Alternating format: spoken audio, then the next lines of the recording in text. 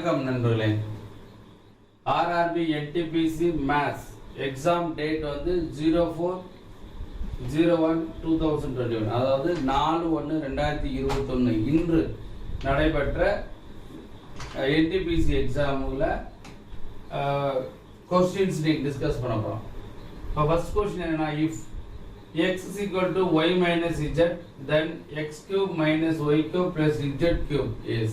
அதாவது என்ன சொல்றாங்கன்னா, x is equal to y minus z எனில் x cube minus y cube plus z cube இன் மதிப்பு என்ன அப்படின்னு கேட்குறாங்க. நம்மளுக்கு என்ன தெரியணும் அப்படின்னு சொன்னா, ஒரு ஃபார்முலா தெரியும். அல்ஜிப்ரால ஒரு ஃபார்முலா தெரியும். என்னன்னா, x plus y plus z 0 அப்படின்னா x cube plus y cube plus z cube equal to 3xyz. இது நம்மளுக்கு தெரிஞ்சாகணும். இது தெரிஞ்சா இந்த கணக்கு போடலாம். அப்ப if x plus y plus z equal to 0 அப்படின்னா x cube plus y cube plus z cube equal to 3xyz அர்த்தம். அப்ப அதே ஃபார்முலா கொண்டு வந்துங்க. இது ரெண்டையும் உள்ள கொண்டு வந்துங்களே. x y இங்க plus y இங்க வந்து வரும் minus y plus z equal to 0. இது எப்படி எழுதலாம்? x plus minus z plus z equal to 0 ன்னு எழுதலாம். அப்ப இந்த இங்க y க்கு பதிலா இங்க minus y ன்னு அர்த்தம். அப்போ x cube plus இங்க y க்கு பதிலா என்ன செய்ய போறேன்? minus y the whole cube plus z cube 3x y க்கு பதிலா minus y dz. அப்ப என்ன வரும்? plus into minus minus. அதானே இதான ஒரு ஃபார்மட் வரும். அப்ப x cube minus y whole cube னா minus y cube plus z cube minus into plus minus minus 3xyz. அப்போ இது வந்து 0 ஆ இருந்துச்சுனா இதோட வேல்யூ என்னதான்? இதோட வேல்யூ என்ன இருக்கா? minus 3xyz ன்னு இருக்கும். அப்ப இதோட ஆன்சர் என்ன அப்படினா minus 3xyz. புரிஞ்சுதா? இது நார்மலா செய்யக்கூடிய மெத்தட். இப்படிதான் செய்யணும். ஆனால் இந்த சொல்யூஷன் உங்களுக்கு புரிஞ்சுச்சுன்னா இந்த சொல்யூஷன் போட வேண்டிய அவசியம் கிடையாது. ஏன் அப்படின்னா x plus y plus z equal to 0 அப்படின்னா இது equal to 3xyz தெரியும். இப்போ இங்க பாருங்க, இந்த இதை எப்படி எழுதலாம்? x equal to y minus z எப்படி எழுதலாம்? x minus y plus z தானே. அப்போ y க்கு பதிலா இங்க என்ன இருக்கு? minus y இருக்கு. அப்ப அதுக்குள்ள minus y போட்டா என்ன வரும்? minus 3xyz ன்னு அர்த்தம். அப்போ இது கம்பல்சரியா தெரிஞ்சாகணும் இந்த ஃபார்முலாஸ். இது தெரிஞ்சா இந்த சொல்யூஷன் போடாம டைரக்டா என்ன செய்யலாம்? இதுக்கு 3xyz அப்படினா மைனஸ் வந்தா என்ன ஆகும்? minus 3xyz அர்த்தம். புரிஞ்சதா? ரைட். அடுத்த question sin 23 degree by cos 67 degree plus cos 67 degree by sin 23. இதுக்கு மதிப்பு என்ன அப்படிங்கறாங்க. find the value. நமக்கு என்ன தெரியணும் அப்படினா sin theta 1 by cos theta 2 இதோட வேல்யூ 1 எப்ப அப்படினா if theta 1 plus theta 2 equal to 90 degree இருந்துச்சுனா, theta 1 by theta 2 ரெண்டையும் கூட்டி 90 டிகிரி இருந்துச்சுனா இதோட வேல்யூ வந்து 1. இது ரெசிப்ரோக்கல் போட்டாலும் சரி. or cos theta 1 by sin theta 2 equal to 1 எப்போ இது theta 1 plus theta 2 equal to 90 degree இருக்கும். அப்போ இது ரெண்டையும் கூட்டினா என்ன வருது? 21 plus 67 கூட்டினா என்ன வரும்? 90 வருதா? அப்ப 90 க்கு என்ன வேல்யூ பார்த்தோம்? 1. இதே ஆட் பண்ணி பாருங்க. 67 plus 23 இது 90 தானே. அப்ப cos theta 1 plus sin theta 1 இது ஃபார்மட். இது ரெண்டும் கூட்டினா 90 வருதா? இது வேல்யூ என்னது? 1 equal to 2 ன்னு அர்த்தம். அப்போ இது உங்களுக்கு தெரியணும். சோ இதோட ஆன்சர் என்ன அப்படினா 2. அப்போ sin theta 1 by cos theta 2 equal to 1 எப்போ இருக்கணும்? 1 வேல்யூ 1 எப்போ இருக்கணும்னா இந்த தீட்டாவையும் theta 1 theta 2 ரெண்டையும் கூட்டினா 90 டிகிரி வந்துச்சுனா இதோட வேல்யூ 1. அதனால இது ரெண்டையும் கூட்டினா 90 டிகிரி, அதனால வேல்யூ 1. இது ரெண்டையும் கூட்டினா 90 டிகிரி, அதனால வேல்யூ 1. அப்போ 1 plus 1 equal to 2. இதோட ஆன்சர் இஸ் 2 ன்னு அர்த்தம். ரைட்டா? ரைட். அடுத்த क्वेश्चन என்ன? the point -2, 3 lies in the quadrant. -3, -2, 3 என்ற புள்ளி எந்த கால்மான பகுதியில் உள்ளது நம்மளுக்கு நம்ம ஆல் சில்வர் டீ கப்ஸ் சொல்லுவோம். இது ஃபர்ஸ்ட் குவாட்ரண்ட், இது செகண்ட் குவாட்ரண்ட், இது தேர்ட் குவாட்ரண்ட், இது ஃபோர்த் குவாட்ரண்ட். முதல் கால்மான பகுதி, இரண்டாம் கால்மான பகுதி, மூன்றாம் கால்மான பகுதி, நான்காம் கால்மான பகுதி அப்படின்னு தெரிஞ்சுக்கணும். இதுல நம்ம 10th நம்ம செய்வோம் அந்த கிராஃப் வரையும் இல்லையா, எப்படி சொல்லுவோம், இது எக்ஸ் ஆக்சிஸ், இது ஒய் ஆக்சிஸ், இது எக்ஸ் டேஷ், இது ஒய் டேஷ் போடுவோம். எக்ஸ்னால இது 0 வந்துடும். இங்கே 1 2 3 இப்படி போயிட்டே இருக்கும். இந்த பக்கம் -1 -2 -3 இப்படி போயிட்டே இருக்கும். மேலே 1 2 3 4 இப்படி போயிட்டே இருக்கும். கீழே -1 -2 -3 இப்படி போயிட்டே இருக்கும். இல்லை மைனஸ். இப்போ பாயிண்ட் கொடுத்தாங்க, புள்ளி கொடுத்தாங்க அப்படின்னா நம்ம புள்ளி எப்படி வச்சுக்கிறோம், எக்ஸ் கமா ஒய்னு வச்சிருப்போம். இப்போ எக்ஸ் கமா ஒய் தான் நம்மளோட என்ன இருக்கா, பாயிண்ட் என்ன இருக்கு, -2, 3. அப்போ எக்ஸோட வேல்யூ வந்து -2 அர்த்தம், ஒய்யோட வேல்யூ வந்து 3 அர்த்தம். பாயிண்ட் எக்ஸ் பாயிண்ட் வந்து -2, ஒய் பாயிண்ட் 3. அப்போ எக்ஸுக்கு எங்க இருக்கு, இது ஃபுல்லா x, x or x dash. அப்போ எக்ஸ் என்னது, இது -2, இந்த பாயிண்ட் -2, ஒய்க்கு வந்து 3. அப்போ ஒய் இங்கே இருக்குல்ல, ஒய்க்கு 3.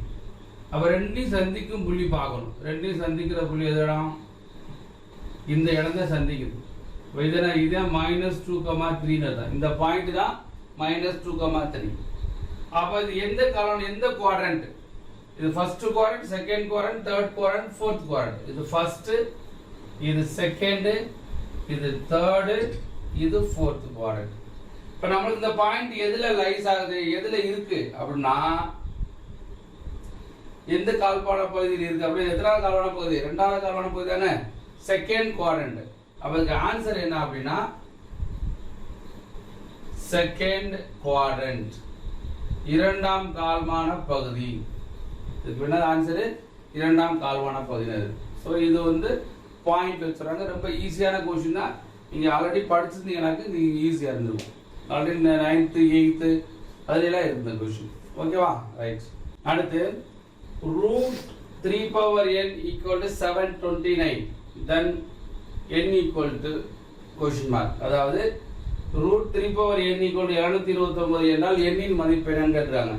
இதே மாதிரி சமயம் நம்ம இங்கே 2 போட்டிருப்போம். நம்ம எய்ம் புக்கில் போய் பாருங்க, இங்கே 2 போட்டிருப்பாங்க.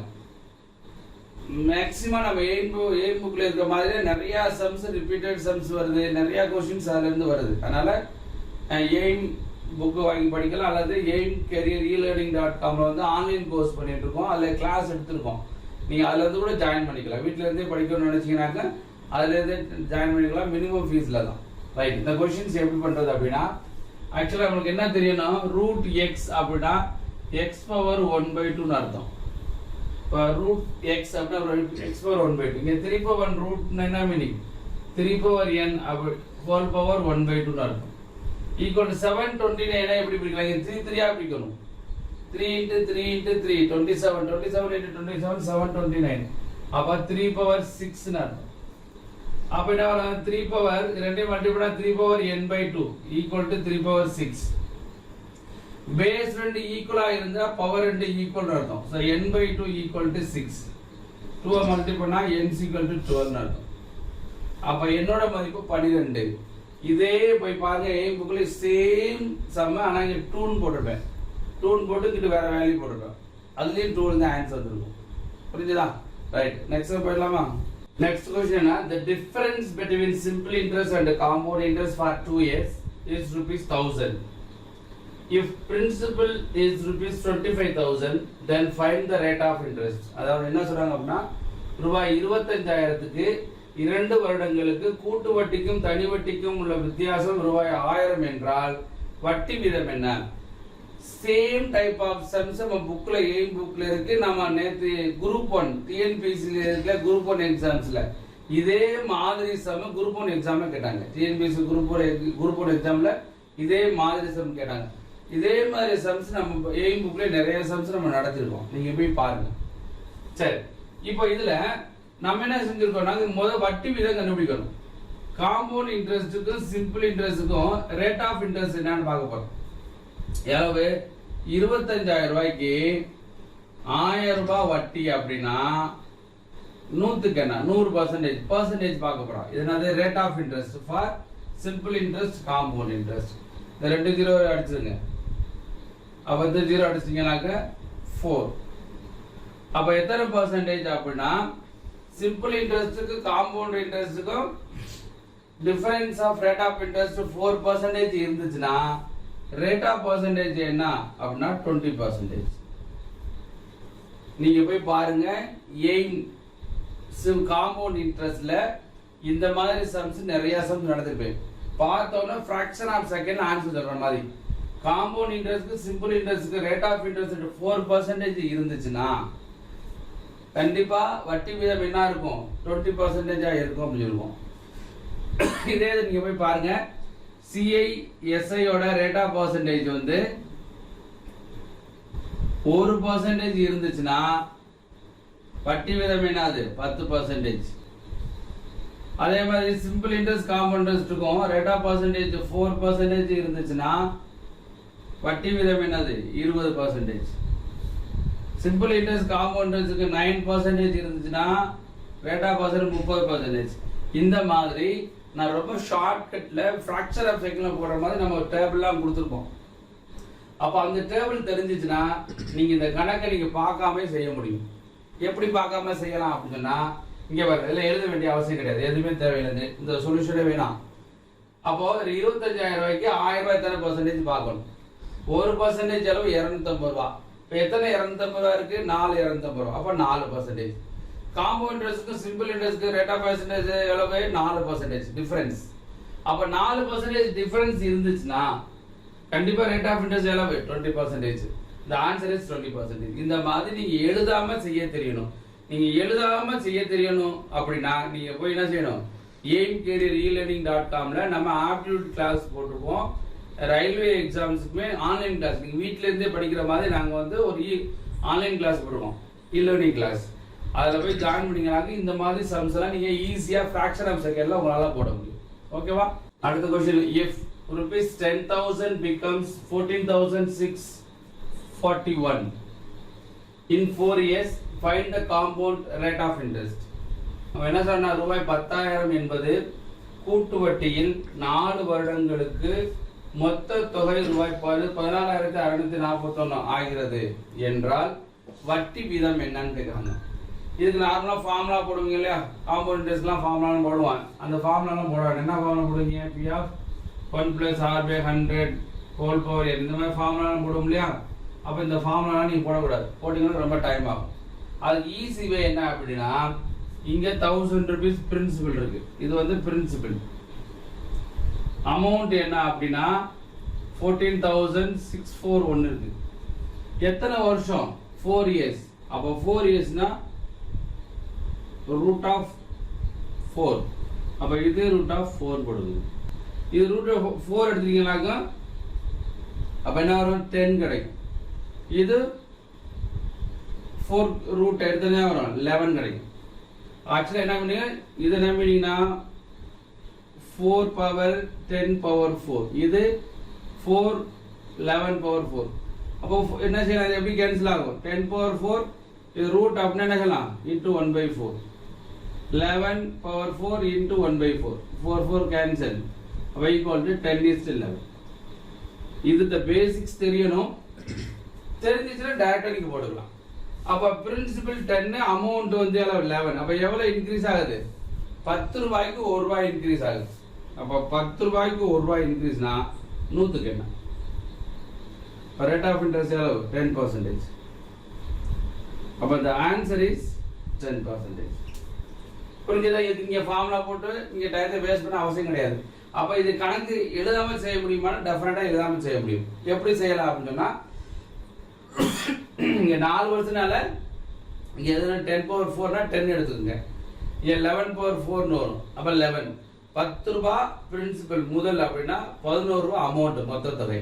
10 ரூபாயோட எவ்வளவு ரூபாய் கூடுது? 1 ரூபாய் கூடுதா?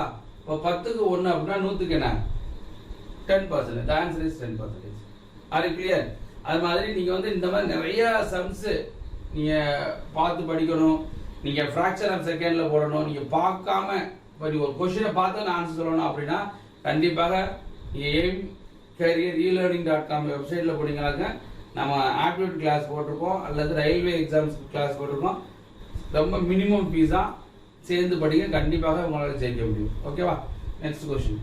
Find the largest number which divides 34, 90, 104 leaving the same remainder in each case.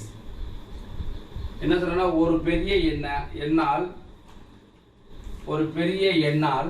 34, 90, 104 என்ற எண்களை தனித்தனியாக வகுத்தால் மீதி சமமாக இருக்கும் என்றால் அந்த எண் என்ன அப்படிங்கிறாங்க. the largest number பெரிய எண் அப்படின்னா நீங்க என்ன செய்யணும் அப்படின்னா highest common factor HCF சொல்லும் இல்லையா, மிகப்பெரிய பொது வகுத்தி, அதை கண்டுபிடிக்கணும் அர்த்தம். அப்போ எது மிகப்பெரிய பொது வகுத்தி அப்படின்னா 34, 90, 104க்கு என்ன HCF கிடைக்கும்? அப்ப HCF அப்படியே நார்மல் ரொம்ப லென்த்தியா போகும். அதுக்கு என்ன செய்யணாங்க, இது ரெண்டுக்கு வித்தியாசம் என்ன வரும், கழிச்சிங்கனாக்க 6, 56, இது ரெண்டையும் கழிச்சா 14. அப்ப 14க்கும் 56க்கும் என்ன HCF கிடைக்கும்? 14 தான். அப்ப ஆன்சர் என்ன அப்படின்னா 14. HCF என்னது? மீபேவான்னு அர்த்தம். HCF மீபேவா.